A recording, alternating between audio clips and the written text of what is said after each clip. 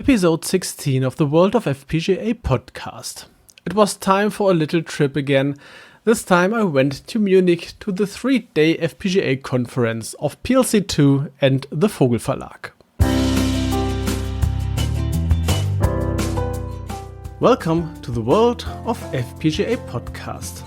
I'm your host David Kirchner and I will lead you through the world of FPGA. And now let's begin. I was on the road again, and this time in Munich. I was participant of the FPGA conference 2023. And first are some few facts and figures. This event was a 3-day full program from 9 to 18 o'clock.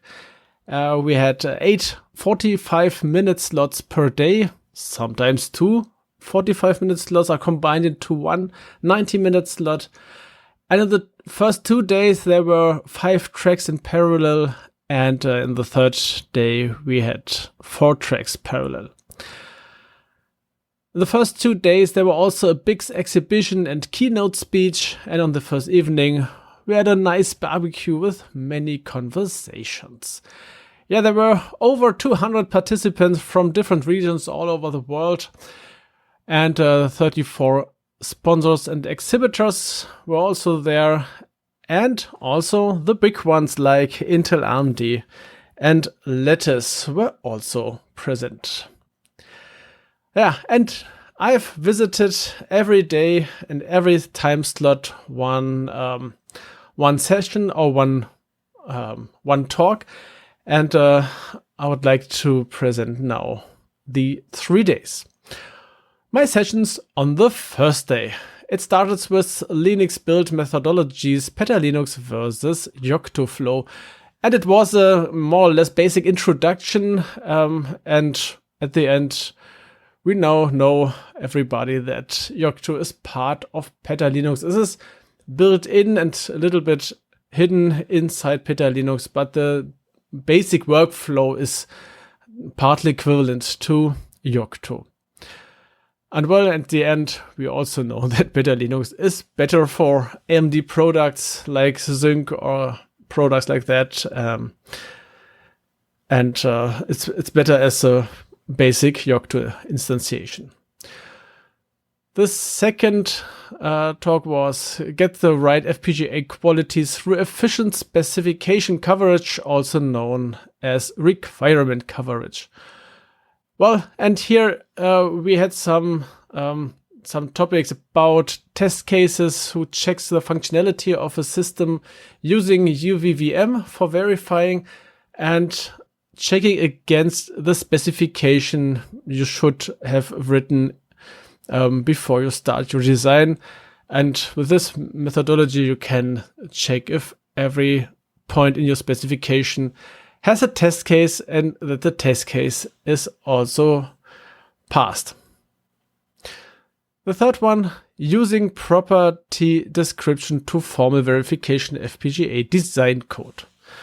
Yeah, and here we have some topics about some ideas about formal verification instead of test benches. So if first doing formal verification of your code, for example, for a state machine, and the formal verification looks, for example, to all transitions, such a state machine can do, not only the one you have mentioned in your test bench. The next is synthesizing a Vivado project on GitLab-CI and deploying it to an FPGA board. And this was quite interesting because it talked about continuous implementation of an FPGA design. So you have Vivado in the back end and starting the synthesis and the implementation automatically after check-in. And also the deployments. So you have this was a demonstration, you have an automatic workflow after checking the code in. And then the system does the synthesis, the implementation, the bit file generation, and then it hands over to an external server with an JTAG programmer, and this one doing the deployment, so the FPGA get programmed, and that all works over the internet. It was a very interesting live demonstration. After that, there was a talk secure method of enabling multiple design in FPGAs, and it was a little advertisement show from Lattice. So Lattice FPGA are in many security dependent, has many security dependent functions, and they talked about security problems and what you can do against this. The next was constraining multiple clock domains. A very common topic for many FPGA engineers if you have a design with different clock domains. So input block has a clock and output has a clock, and the processing part has also its own clock. And that was discussing what to do at the interfaces where you're using what for clock crossing, and what to do against meta stability, or for stability against meta instability. The next was something from AMD. It was dynamic function exchange with device tree overlay. And as a wrap up, it was all about functionality of the Linux kernel, where you can, on the one hand, load another FPGA design, because you can create a device in the Linux kernel, and with this device you can write a new bit stream into your system, into your programmable logic, for example in a sync. And on the other hand, you can also load a new device tree, and the Linux kernel is getting triggered to load missing drivers for the new devices in this device tree. And there you can just change your system while it is running to another functionality. The last talk was about the GDBServer in hardware for VexRiscv processing systems. And it was written by a professor for his students, and the processor he used was a VexRiscv, which is built with the HDL generator. It's a spinel HDL. And he has written the GDBServer as the endpoint for the GNU debugger. If you're writing software, you would like to debug this on your hardware, on your VexRiscv hardware, and the GNU debugger is is a common used tool. And at endpoint, he has programmed the GDBServer as a HDL module for such a design to connect this to the VexRiscv processing system. And at the end of the day, we had a quite nice barbecue with very long and good talks and discussions. The second day starts with the session about next generation of high-speed interfaces for vision applications. And here was all about high-speed interfaces like 25 gig and more like this, and discussion about remote DMA, which is now part of the Rocky V2 standard, which is part of InfiniBand. And this is the standard where you can at least sending data with 25 gigabit per second or more over the Ethernet. It is full routable over the Ethernet, and many high-end network cards are supporting this standard. The next was demystifying a Vitis embedded acceleration platform. And this was a little AMD advertisement all about the Vitis embedded development platform they're using especially for the acceleration platform. The next one was a talk about the Microblaze, a most flexible processor for FPGAs and MP-SOCs. There was many basics and some good tips about the Microblaze from AMD. The next talk was self-organizing administration tool to control FPGA designs. And their company has talked about their own build system, which is Python based, and they're generating from a database where they have all their modules stored. They're using, they can use, and they have built an info block. An info block they can load into their design or the fixed AXI address, and the content is, for example, the name, version, build IDs, and also the module list with their addresses, so they can use standardized Python modules and functions to communicate with the modules. The next one is fundamentals of timing analysis and why no FPGA design can do without it. And that was quite important, or is quite important for every FPGA designer, because here we have all the dependencies of incoming and outgoing signals, and how to set up the correct timing for such a signals, and how to create virtual clocks to getting the calculation for external components, and to get the correct timing for your FPGA.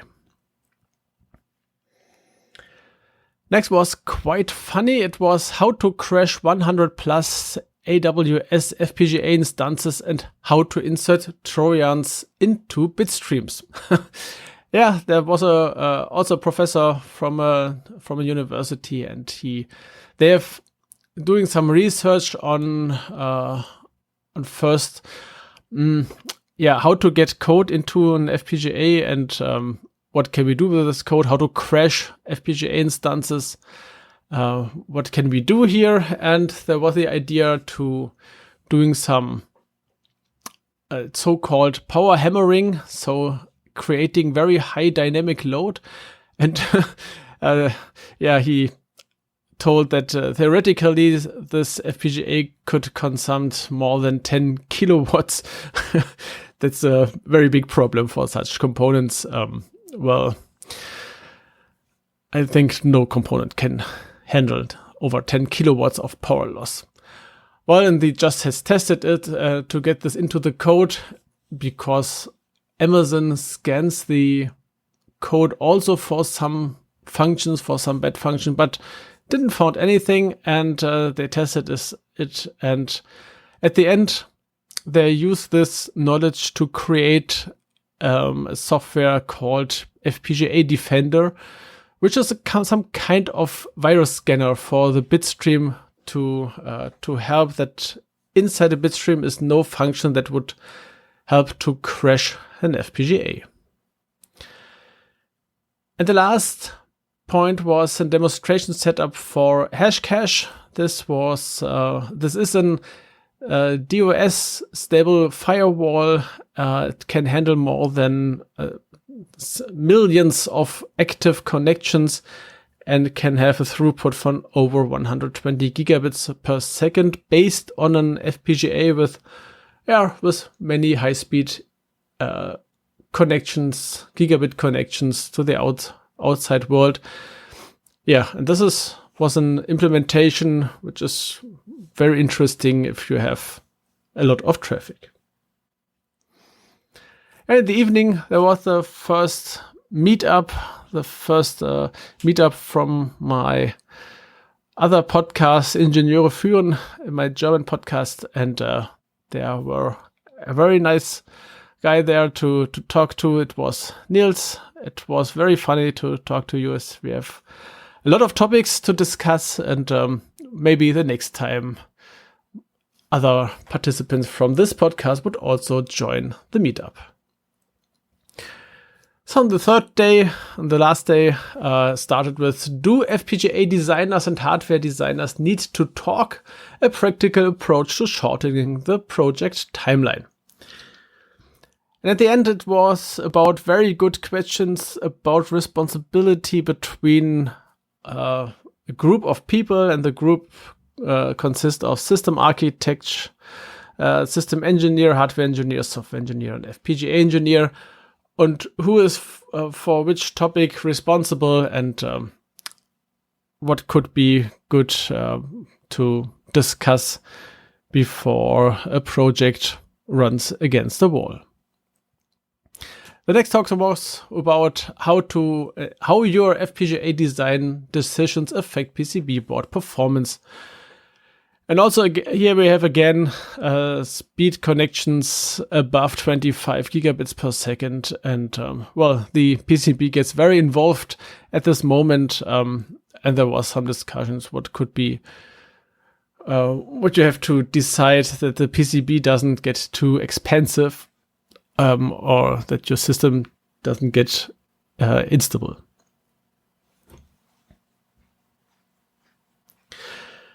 The next was Agilex SoC architecture. This was a little bit of Intel advertisement, and they talked about the SoC and how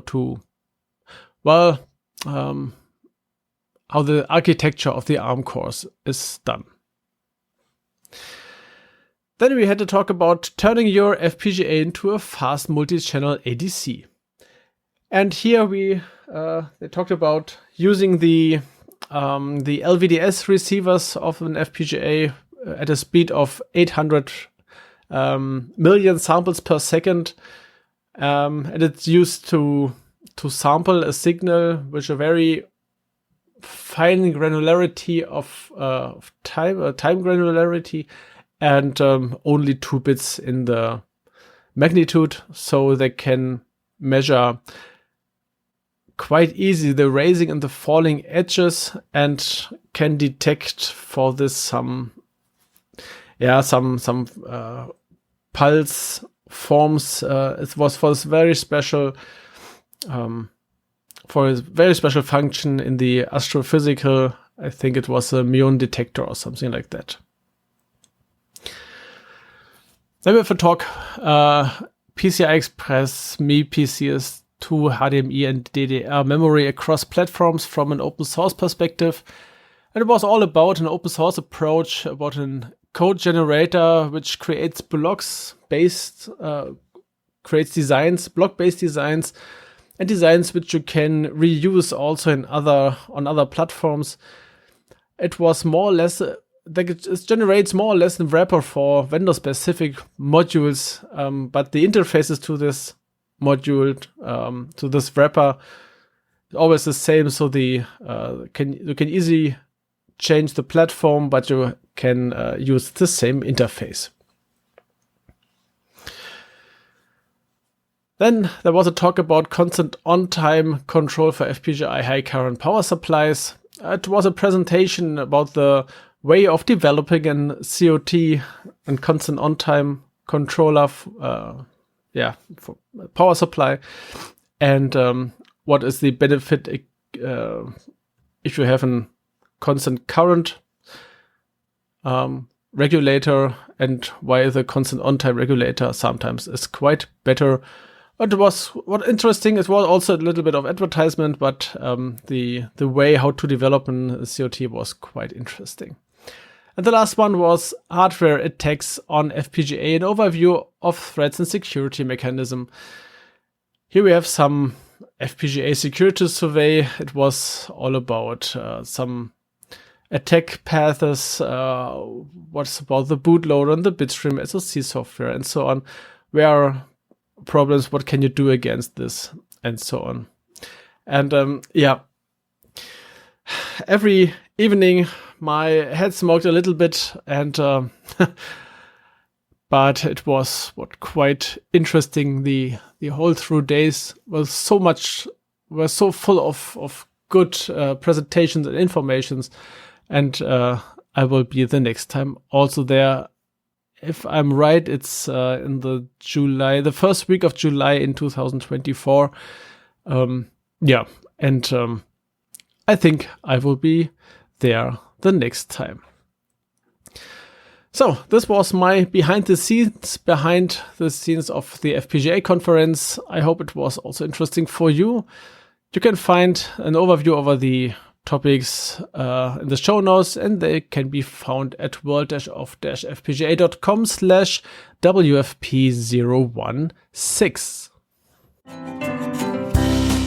If you found this episode helpful, please rate it on Apple Podcasts and share it with your colleagues and friends. That's the end of today's podcast episode. Thank you for listening and for your attention.